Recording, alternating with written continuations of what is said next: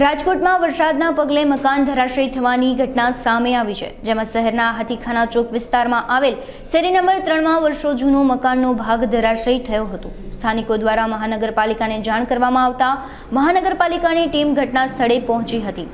જર્જરિત થયેલા મકાનના ભાગને તોડી પાડવાની કામગીરી ટીમ દ્વારા શરૂ કરવામાં આવી છે। ત્યારે આ સમગ્ર મામલે સ્ટેન્ડિંગ કમિટીના ચેરમેન જયમીન ઠાકરે જણાવ્યું હતું કે મહાનગરપાલિકા દ્વારા પ્રી મોન્સૂન કામગીરી અંતર્ગત જર્જરિત મકાનોને નોટિસ આપવામાં આવી હતી। જે લોકોનું જર્જરિત હાલતમાં મકાન છે તે લોકો મકાન ન ખાલી કરે તો તેનું નળ કનેક્શન અને લાઇટ કનેક્શન કાપી નાખવામાં આવે છે। લોકોને અપીલ કરવામાં આવી છે કે મહાનગરપાલિકા દ્વારા નોટિસ આપવામાં આવી હોય કે ન હોય, જર્જરિત મકાન હોય તો ખાલી કરી દેવા જોઈએ। એક મકાનની જર્જરી હતું એટલે સવારે 7 વાગે પડી હતી। એટલે મને સામેવાળા ભાઈ ફોન કર્યો એટલે મેં આવ્યો હતો। ત્યાં ફાયર બ્રિગેડવાળા આવી ગયા હતા। તે પછી બુલડોઝરવાળા ભાઈ આવ્યો હતો ને, પછવાડાનો ભાગ 3 નંબરના ખૂણાની પછવાડાનો ભાગ, એટલે જે ડેમેજ હતું ને એની પાસે અમે પડાવી નાખ્યું છે। અને અમે આ 80 વર્ષથી ભાડું છીએ આમાં। આ મકાન તો 5-10 વર્ષ જર્જરી હતું। ના એનું કાંઈ કાગળિયા કોઈ એટલે કેમ મારે કરી શકવું? બધા ભાડું થતા અમે 2-3 જણા ભાડું અત્યારે આવ્યા છીએ, બીજા એક જણા આવ્યા નથી। આ રીતની છે।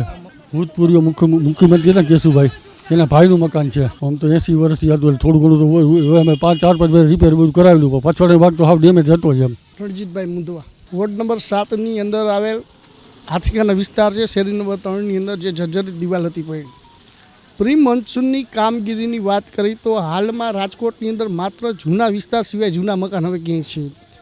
તો કોર્પોરેશને તાત્કાલિક અસરથી જર્જરિત જે ઇમારતો છે એનું આખું રીસર્વે કરવો જોઈએ।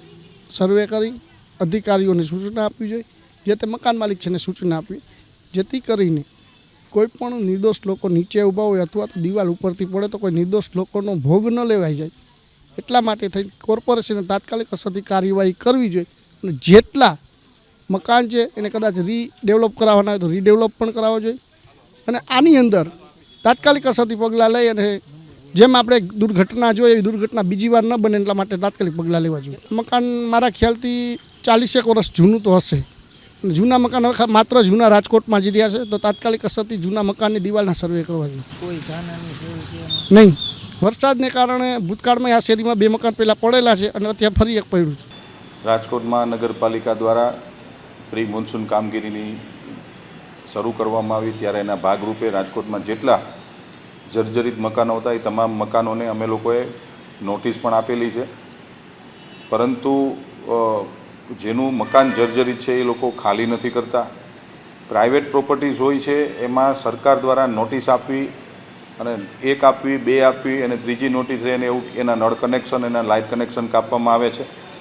આપના દ્વારા જે વિષય હાથીખાનાનો જે આવ્યો છે, મારા ધ્યાનમાં આવ્યો વિષય, પરંતુ આપના માધ્યમથી પણ સૌ લોકોને મારી કરબદ્ધ વિનંતી છે કે તમે તમારા મકાન જો જર્જરિત થઈ ગયા હોય અને મહાપાલિકાએ નોટિસ આપી હોય કે ન આપી હોય, આપણી એક નૈતિક જવાબદારી થાય છે કે એ મકાનમાંથી આપણે બીજી જગ્યાએ રહેવા જવું જોઈએ।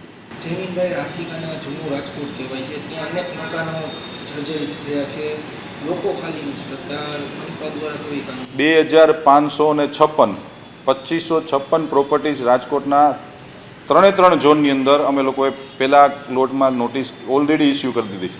એમાં હાઉસિંગ બોર્ડના મકાનો હોય કે શાક માર્કેટો જૂની હોય કે પ્રાઇવેટ મકાનો હોય, તમામ લોકોને અમે લોકોએ નોટિસ ઇસ્યુ કરી દીધી છે। પણ નોટિસ ઇસ્યુ કર્યા પછી પ્રજાએ સમજવું જોઈએ કે આ જર્જરિત મકાન છે એમને મુશ્કેલી પડે એવું એને કોઈ કામ ન કરવું જોઈએ અને એને એ મકાન ખાલી કરી દેવું જોઈએ।